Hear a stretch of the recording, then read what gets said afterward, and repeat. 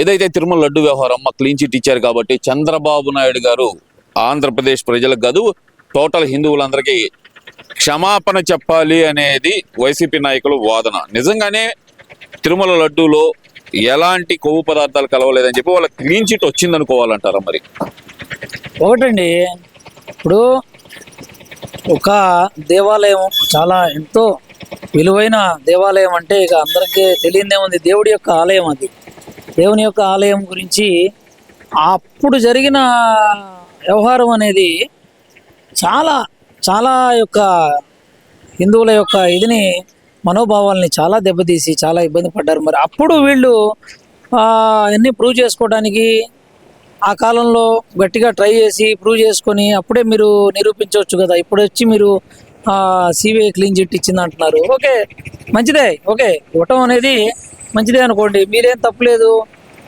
అనుకున్నప్పుడు మీరు ఈ రకంగా మీరు పబ్లిసిటీ ఇచ్చుకొని మళ్ళీ ఇప్పుడు ఏదో పబ్లిసిటీ లాగా వివరించడం అది కరెక్ట్ కాదేమో అని అనుకుంటున్నా. సరే, ఇక్కడ ఇంకో విషయం కూడా తీసుకుంటే గనక ప్రధానంగా జగన్మోహన్ రెడ్డి గారు చెప్తుంది ఆంధ్రప్రదేశ్ లో జంగిల్ రాజ్యం నడుస్తుంది అంటున్నారు. మరి ఆ రెచ్చగొట్టే వ్యాఖ్యలు ఎందుకని చేస్తున్నారు అనుకోవాలంటారు? ఎందుకంటే అండి, అభివృద్ధి అనేది బాగుంది ఇక్కడ రాష్ట్రంలో. అభివృద్ధి బాగుంటే ఇంకేం చేస్తారు? ఇక వాళ్ళు ఏదో ఒక రాయి కొట్టాలా, ఏదో ఒకటి బురద చల్లాలా దాని మీద అనే దిశగానే వాళ్ళు చేస్తున్నారు. కానీ తప్పకుండా వాళ్ళు అనుకున్నట్టు ఏమీ లేదు, ఇక్కడ ఏమీ మైనస్లు ఏమి లేవు. కూటమి సర్కారు మంచి దూసుకుపోతా ఉంది ముందుకి. వీళ్ళు ఎంతసేపటికి ఏదో ఒకటి ఉన్న 11 మంది ఎమ్మెల్యేలు వాళ్ళకి, ఆ 11 మందితో సహా వాళ్ళకి అపోజిషన్ పాత్ర కూడా రాలేదు. దానికోసం వాళ్ళు ఇక ఎంతసేపు ఏది కూడా రాయి కొడుతుంటే మన ప్రజల్లో పేరు వస్తుంది అనుకుంటున్నారేమో. ఒక ఛాన్స్ ఇచ్చారు, అందరూ చూశారు ఒక ఛాన్స్, ఇంకోసారి మరోసారి ఇవ్వరు ఇక అవకాశము. ఇంకా అందుకని చెప్పేసి వీళ్ళు ఏం చేస్తున్నారంటే ఎట్లాగొట్లా చేసి బ్యాట్ చేయాలి ప్రభుత్వాన్ని. అదేమనంటే ఆ ఎమ్మెల్యే ఎవరో మహిళతో అసభ్యకరంగా ప్రవర్తించాడు, ఈ ఎమ్మెల్యే అట చేశాడు, ఆయన అట చేశాడు, ఈ రకరకాల దారులు అనమాట. ఏయో ఈ నిజాలో అబద్ధాలో ఎంతవరకు ఆ చట్టం నిర్ణయించాల్సింది వీళ్ళే నిర్ణయిస్తూ ఉంటారనమాట. వీళ్ళు ఇష్టం వచ్చినట్టు వీళ్ళే నిర్ణయిస్తూ ఉంటారు. అట్లాగా చెప్పి ప్రజల్లో డివేషన్ చేయటం అంటే మైండ్ గేమ్ ఆడుతూ ఉంటారనమాట. అలా చేయటం వల్ల ఏమి ప్రజలు నమ్మరు. ప్రజలకు అన్నీ తెలిసి ఇప్పుడు మీ ఛానల్స్ ఎలాగా మీ ఎంత డబ్బా కట్టుకుంటున్నారో వాళ్ళు అలానే ప్రజలు కూడా మంచి వాళ్ళు కూడా అన్ని చూస్తున్నారు. అన్ని రకాల అన్ని ఛానల్స్లో డూప్లికేట్ అయ్యి ఒరిజినల్స్ అయ్యి ఏవి ఎట్లా చూపిస్తున్నారు. ఈనాడు అయితే ఈటీవీ అయితే నిజాలు ఎన్ని చూపిస్తారు ముందు నుంచి కూడా, ఒక స్టాండర్డ్ లెవెల్స్ ఎలా మెయింటైన్ చేస్తూ ఉంటుంది. అట్లా కొన్ని ఛానల్స్ మీద వాళ్ళందరికీ తెలుసు ఎలా ఉందనేది. ఆ ఛానల్స్ ద్వారానే పత్రికా దీని ద్వారా కానీ లేకపోతే ఇప్పుడు సోషల్ మీడియా ద్వారా కానీ ఏది చిన్న తప్పు జరిగినా బయటకు వచ్చేస్తుంది. అలాంటిది ఈ ప్రభుత్వం ఎంత బాగా చేస్తుందో అందరికి అర్థం కాదా? వీళ్ళు ఏమైనా చెప్పాలా ఇది సపరేట్గా? మరి ఇదంతా ఒకెత్త అయితే గనక మరి చంద్రబాబు నాయుడు గారి నాలుక మీద వాతలు పెట్టాలి, లేదంటే గనక లక్ష్మీ పార్వతి గారు అయితే ఒక అడుగు ముందలకేసి అసలు ఆయన నోరు పెనాయిల్తో కడగాలి. రోజా గారు కూడా అదే డైలాగులు. ఎలా చూడాలంటారు మరి ఇవన్నీ? అసలు ఇవన్నీ చాలా దుర్మార్గమైన మాటలండి. అందుకనే ఒకసారి బుద్ధి చెప్పారు, వాళ్ళకి బుద్ధి కూడా రాలేదు. అట్లా చెప్తే అసెంబ్లీలో సీట్లు లేకుండా 11తో పరిమితి చేశారు. ఓటుతో ప్రజలు బుద్ధి చెప్పారు. నేను అదే మాట చెబుతున్నా అంతే. ఎందుకంటే బాబు గారు చంద్రబాబు గారిని నాలుగు మీద ఇచ్చేయాలి అలాంటి మాటలు ఏందండి? మాటలండి. ఆయన మహానుభావుడు, గొప్పవాడు చంద్రబాబు నాయుడు. ఏంది అలాంటి ఎంతో కష్టపడి ఈ వయసులో ఆయన ఎంతో ముందుకు తీసుకుపోతూ ఉంటే రాష్ట్రాన్ని, అలానే పవన్ కళ్యాణ్ గారు కూడా ఎంతో సహకరించి ఇద్దరు కలిసి, అలానే మోడీ గారు కూడా మీ ప్రభుత్వం అనేది సహకరించి ముందుకు పోతూ ఉంటే మీరు ఎంతసేపటికి రాళ్ళేయటం తప్పితే ఏం చెప్పారండి? ఏం చేశారు ఆయన? బాబు గారు మీరు ఎందుకు, మీకు అంత కక్ష ఎందుకు మీకు? ఇప్పటికీ మీ అందరినీ కూడా ఆయన ఏం చేస్తున్నారు చెప్పండి? మీ మీద ఏమైనా పగ తీర్చుకుంటున్నారా? లేదు కదా. మీరు చేసిన పనులు ఎన్ని చేశారు? మీరు అసెంబ్లీలో ఆయన ఎట్లా నానా గందరగోళం చేశారు ఆయన్ని, ఒక పెద్ద ఆయన్ని పట్టుకొని. అలాంటి ఆయన మీ మీద ఏమైనా కక్ష తీర్చుకుంటున్నాడు ఆయన? లేదు కదా. అందరినీ సమానంగానే, చట్టాన్ని అందరూ సమానమే. ఎవరినైనా ఉపేక్షిస్తున్నాడా ఏమన్నా?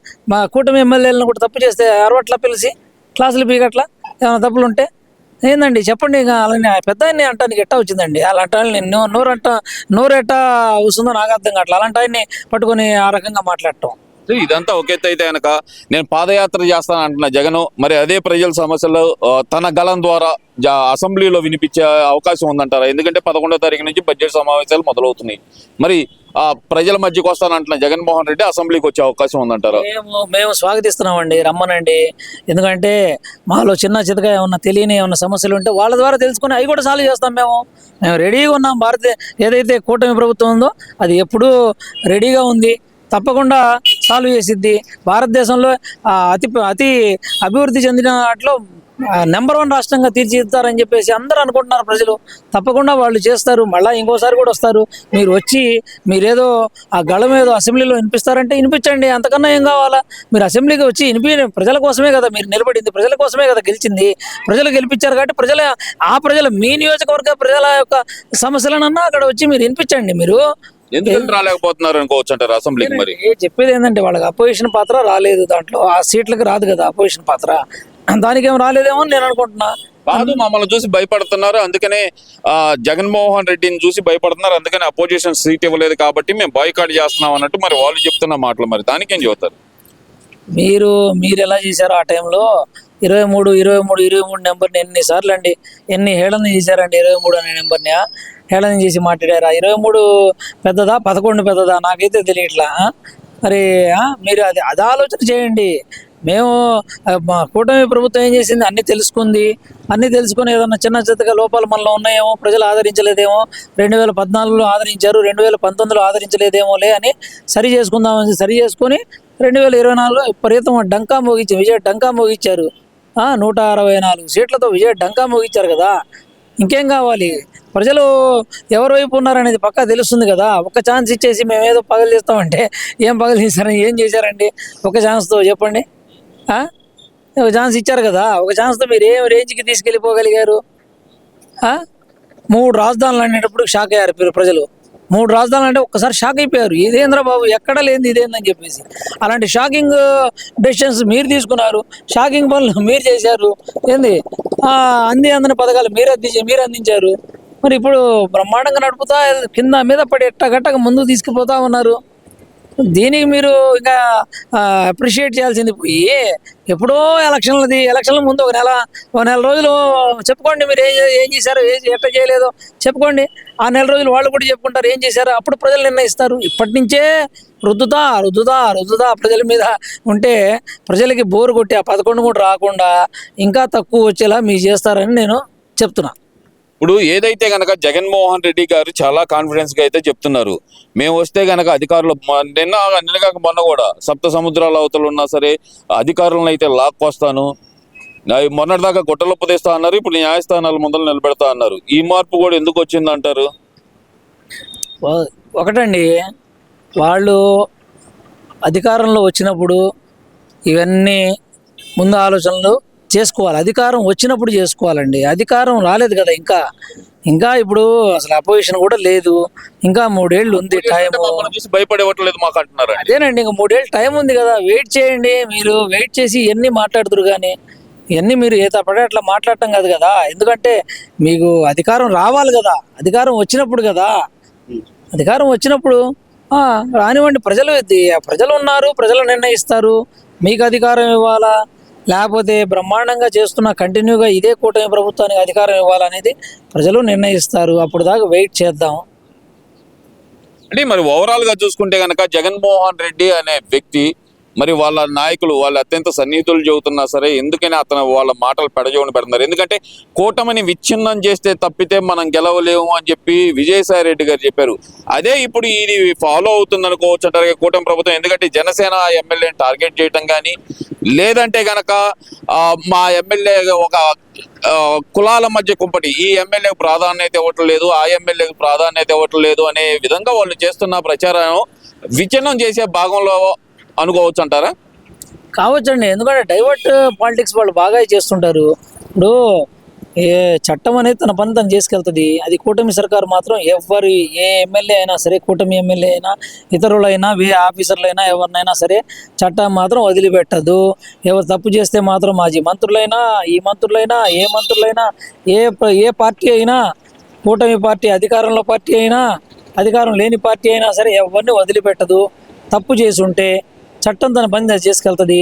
వీళ్ళు దాన్ని ప్రత్యేకించి భూతత్వంలో తీసుకొని చూపించి ఆ కాలంలో జరిగినాయి, ఆ ప్రభుత్వం ఉన్నప్పుడు జరిగిన సన్నివేశాలు ఇలాంటి ఎన్నో ఉన్నాయి కదా, ఎమ్మెల్యే మీద, ఎంపీల మీద, ఆ మినిస్టర్ల మీద జరిగినవి ఉన్నాయి. వాటిని మరి అప్పుడు అంత ప్రశ్నించలేకపోయి ఇప్పుడేమో వైఎస్ఆర్ పార్టీకి సంబంధించిన అందరూ వచ్చి బయటకు వచ్చి ప్రశ్నిస్తున్నారు. ఏంది సరే మీరు ప్రశ్నించక్కర్లా, తప్పు చేసుంటే కూటమి సర్కారే వాళ్ళ మీద యాక్షన్ తీసుకుంటుంది. దాన్ని పొద్దాగల మీరు ఏదో చూపించి హైలైట్గా మసిపూసి మారేడుగా అన్నట్టుగా దాన్ని ఏదో ప్రజల్లో తీసుకెళ్తే ప్రజలు నమ్మరు. ప్రజలు ఎందుకు నమ్మరంటే ప్రజలకు కావాల్సింది అభివృద్ధి కావాలి, డెవలప్మెంట్ కావాలి, ఉద్యోగాలు కావాలి, ప్రజలకు వాళ్ళ పిల్లలకు ఉద్యోగాలు కావాలి, చదువుకోవాలి పిల్లలు బాగా, ఫీజు రీంబర్స్మెంట్ కావాలి, తల్లికి వందనం కావాలి వాళ్ళకి, ఆ తర్వాత ఆరోగ్యశ్రీ ఎన్టీఆర్ ఆరోగ్య ఇది కావాలా, హెల్త్ స్కీము, ఇవన్నీ కావాలి ప్రజలకి. వన్ డే బిఫోర్ అందరికీ చేశారు పెన్షన్ పండగలాగా. అందరూ వెయిట్ చేస్తున్నారు, రేపు 1వ తారీఖు రేపు వస్తుందేమో అంటున్నా, ఇవాళే వచ్చేసింది. షాక్ అయ్యారు అందరే, ఏంది ఇవాళే ఇచ్చేసారని చెప్పేసి. అలాగా ఎన్నో ఇట్లాంటి ఇంకా ముందు ముందు ఈ యొక్క అంత పెద్ద రాష్ట్రాన్ని ఏలిన, ఉమ్మడి రాష్ట్రాన్ని ఏలిన ముఖ్యమంత్రి నారా చంద్రబాబు నాయుడు గారికి తెలియదా ఈ చిన్న రాష్ట్రాన్ని ఏ విధంగా చేయాలని చెప్పేసి? అది గుర్తుపెట్టుకుంటే చాలు. ఈ వీడియో నచ్చితే లైక్ చేయండి. అలాగే మా ఛానల్ ని ఫస్ట్ టైం కనుక చూస్తున్నట్టయితే ఇప్పుడే సబ్స్క్రైబ్ చేసుకుని పక్కనే ఉన్న గంట సింబల్ ని యాక్టివేట్ చేసుకోండి. అప్పుడే మేము పెట్టే ప్రతి వీడియో మీకు నోటిఫికేషన్ గా వస్తుంది. అలాగే ఈ వీడియో పూర్తిగా చూసినందుకు ధన్యవాదాలు.